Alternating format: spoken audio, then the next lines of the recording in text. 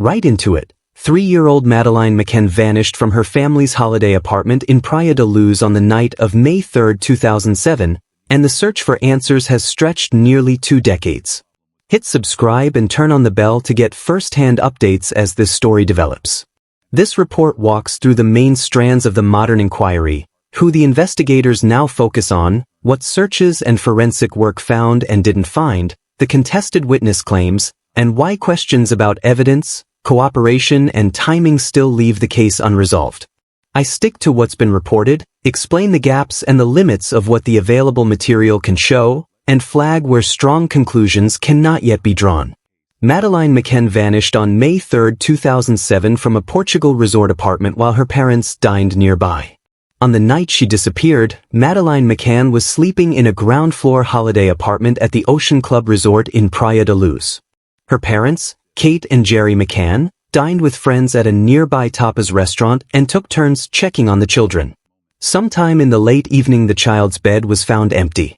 That basic timeline, a ground-floor apartment, a short distance to the restaurant, parents at a meal and intermittent checks, is the canvas on which all later investigation and speculation has been painted.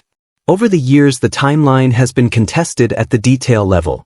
Who checked when, which doors were open, how long passed between checks, and what was seen in the public spaces around the resort. Those minute discrepancies matter because, in an abduction or a crime committed in a compact time window, a few minutes can separate different possibilities about how the event unfolded. The early days of the investigation were chaotic and global.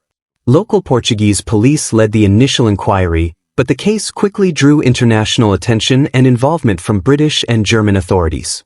Media attention compounded that pressure and created a public record of every new lead, rumor, and official statement. That relentless spotlight made the investigation both broader, in that many jurisdictions offered help, and more complicated, because public statements, leaks, and competing narratives became part of the evidence environment. From the start, the practical problem was the same. A child went missing at night in a busy holiday setting, and the immediate physical traces were limited. The absence of a body, the sparseness of uncontested CCTV, and the fragmentary nature of witness recollection combined to make the case unusually difficult to resolve through the kinds of forensic anchors that typically settle contested timelines. Prime suspect Christian Brueckner lived in Algarve from 1995 to 2007 and has a history of violent sexual crimes. Investigators later focused attention on a German national, Christian Brueckner, who lived and worked intermittently in the Algarve region before and after 2007. Reporting over recent years traces a criminal history that began when he was a teenager and includes sexual offenses. At different times he has been convicted for crimes unrelated to Madeleine's disappearance and investigated over alleged links to other missing children. German prosecutors named him a suspect in relation to Madeleine's case in 2020, and subsequent lines of inquiry have probed his movement, possessions, and electronic records for connections to Praia da Luz. Coverage of his background and prior convictions has framed him as a figure familiar to local policing and one who spent time in the area at and around the date of the disappearance, a fact that makes him a person of interest even if it falls well short of proof of involvement. June 2025 search in Atalaya used radar, wells, and excavation but found only clothing, bones, and old firearms. In June 2025, Portuguese authorities mounted a high-profile search in the countryside near Lagos, around the hamlet of Atalaya and adjacent ruined properties that investigators said had ties to the suspect's past movements.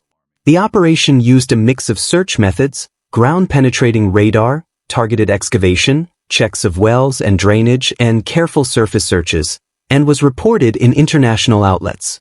The results were limited. Teams recovered animal bones in some trenches and found clothing and small items that investigators described as not being clearly linked to Madeleine.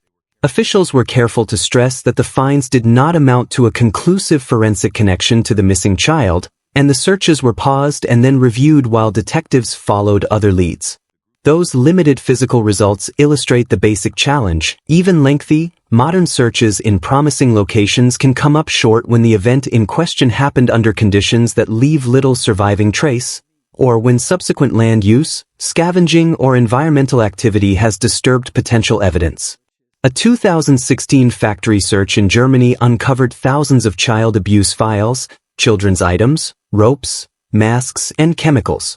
Investigators in Germany previously searched properties linked to the prime suspect and reported seizing a large quantity of troubling material. Media reports have described caches of electronic media, children's clothing and items, rope, masks, and chemical containers, along with storage devices that contain child abuse images and files. Different outlets have reported figures in the thousands when describing the number of files and images recovered from digital media and physical caches at the suspect's former lair. These discoveries became a major impetus for renewed scrutiny and for prosecutorial statements that the evidence suggested a predatory fixation on children. The material allegedly found in that abandoned factory and associated properties has been presented by prosecutors and by documentary makers as circumstantial support for investigators' concerns, not as direct, unambiguous proof that ties the suspect to Madeleine herself. Investigators continue to treat these items as evidence of criminal behavior and a context for suspicion, but the legal standard to charge and convict on a single disappearance remains higher and requires more direct, case-specific links. Investigators later accessed Brueckner's Hotmail accounts, finding deleted 2007 emails tied to child abuse material. Part of what drew renewed attention in recent years was digital material and email accounts that German authorities examined. Reporting indicates investigators found access to email accounts connected to the suspect and that some correspondence and media were deleted around 2007, the year of Madeleine's disappearance. Journalistic reports said investigators recovered or identified traces suggesting the suspect exchanged images and files within networks of abusers, and that some deleted messages were of particular interest because of their timing and content. As digital evidence can be fragile and distributed across devices, investigators have used a combination of forensic recovery and cooperation with service providers to reconstruct parts of the digital record. That work has supplied circumstantial detail about the suspect's behavior and associations, but once again it does not by itself create an incontrovertible link to the disappearance unless a specific item can be placed in a relevant time and location with a clear evidential chain. A crucial tip that brought investigators to the suspect's door came from a former acquaintance commonly referred to in reporting as Helga B. He told authorities that the suspect had once boasted, in a drunken conversation years after 2007, that Madeleine didn't scream, a remark that, if genuine, would imply first-hand knowledge of a violent encounter. That assertion prompted investigators to examine the suspect closely. But Helga B's evidence has been tested in legal forums and in public reporting, and parts of his testimony have been challenged for accuracy and motive. In court, some of his statements were described as inconsistent or legally weak, and at times defense teams and others attacked his credibility. That does not mean his tip was false, but it highlights the tension between a powerful-sounding witness claim and the strict standards courts use to evaluate reliability and admissibility. Investigators treat such statements as potentially important leads that require corroboration from independent physical evidence, and in this case the corroboration needed for a prosecution has not been produced in a way that satisfies prosecutors in multiple countries. Phone records place Brueckner near the Ocean Club the night Madeleine vanished, with a suspicious prepaid call logged. Phone mask data and call records have been central to the circumstantial case investigators have built. Authorities reported that the suspect's phone connected to masts that could place him in the wider Praia da Luz area at times consistent with the disappearance, and that one or more prepaid calls traced to numbers associated with him were logged before and around the time Madeleine went missing. Investigative reporting also notes a lengthy call to a phone shortly before the child vanished, a call that drew particular attention because of its timing and the route it mapped through the mobile network near the resort.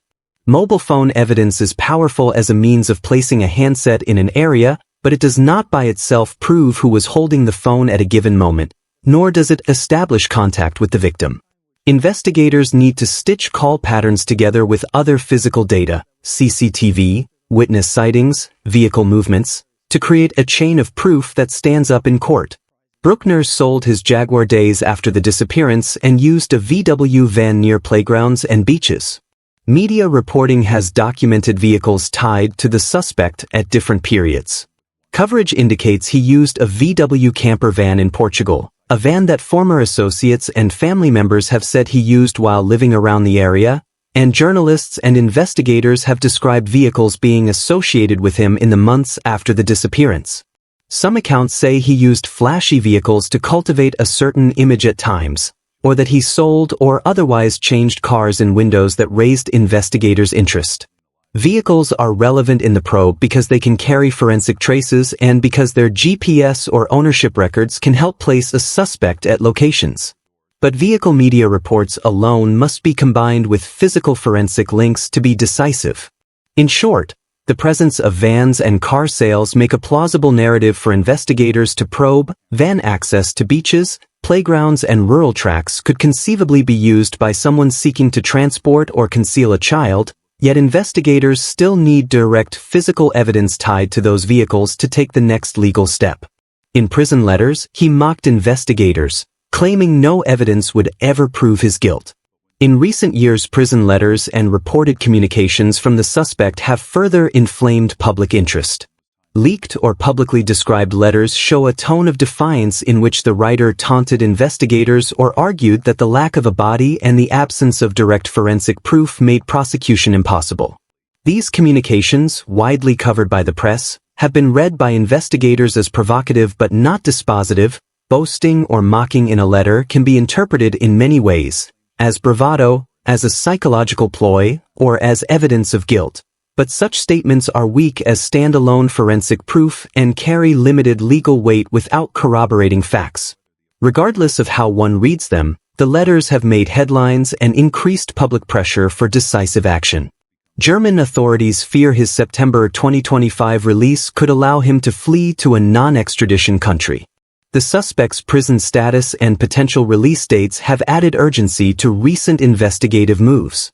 Media reports in 2025 indicate German authorities were trying to extend detention or secure new warrants to keep him in custody while they continued inquiries. Those efforts were said to be motivated by the risk that, if released, he could leave Germany and move to a country without extradition agreements, or otherwise vanish into transient networks. That looming release deadline explains why searches and intense forensic work accelerated and why prosecutors sought additional legal options. At the time of these reports, officials in different jurisdictions were coordinating, but the legal threshold for charging someone in relation to an 18-year-old missing person case is high. Investigators need a clear, contemporaneous evidential chain that ties the suspect to the crime beyond reasonable doubt. Given the mixed nature of the material recovered so far, digital caches, circumstantial movement data, troubling items in abandoned properties, and contested witness claims, German and Portuguese prosecutors have continued to work to assemble the strongest possible case before an impending release could close windows of opportunity. Takeaways and the limits of what's known. 18 years on, the investigation has produced distressing and suggestive material, digital files, clothing and objects unearthed in searches, tipsters who say they heard a confession, mobile phone links that place a suspect in the region, and behavior patterns that investigators deem consistent with predatory activity. But the legal standard for charging and convicting someone for a disappearance ordinarily requires more than troubling context. It requires clear, case-specific forensic proof or irrefutable, corroborated testimony. To date, the publicly described evidence remains circumstantial in the way courts often view it. Searches uncovered disturbing items and data, but none, publicly disclosed so far, meets the simple test of directly and incontrovertibly tying the missing child to a specific act by the suspect at a concrete time and place. Witnesses who supply the most dramatic-sounding claims have faced scrutiny over credibility, and some key records that might have provided neutral anchors, high-quality CCTV footage from the area, for example, do not exist or have not yielded conclusive results. Coordination problems between jurisdictions and the passing of time have also complicated the work. What this means practically is that the investigation rests on two parallel needs.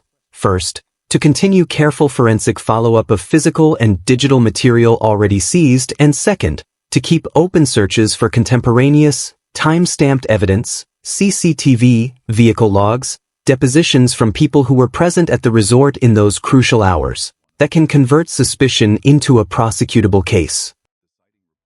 The risk, repeatedly noted by investigators and by commentators, is that as time passes, memories fade, witnesses die or move, and potential evidence deteriorates. That urgency explains the concentrated searches and high-pressure legal work taking place as release dates and statute limitations approach. Final wrap-up. Why the story is still unresolved and why it matters. The Madeleine McCann case remains unsolved not because evidence is absent, but because the evidence that exists has not yet formed a legal chain strong enough to meet prosecutorial standards in any single jurisdiction. The material uncovered around the prime suspect is disturbing and gives investigators reason to focus attention on him. But the difference between plausible suspicion and provable guilt remains the gap investigators are trying to bridge.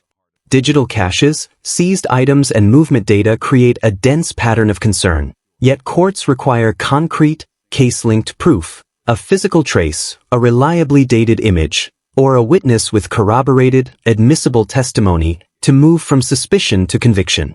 For the public and for anyone who wants answers, the sober reality is this. Investigations take time and they must follow evidentiary rules so that whatever outcome emerges can withstand legal scrutiny. That means the authorities will keep digging where they can, rerunning digital forensics, returning to previously searched land with improved technology, and continuing cross-border cooperation, while families and communities wait. The coming weeks and months are crucial. If investigators can recover time-stamped, independently verifiable evidence that directly links the suspect to Madeleine at a viable time and place, the case could change fundamentally. If not, the risk remains that the trail will fade and the disappearance will remain an unsolved wound.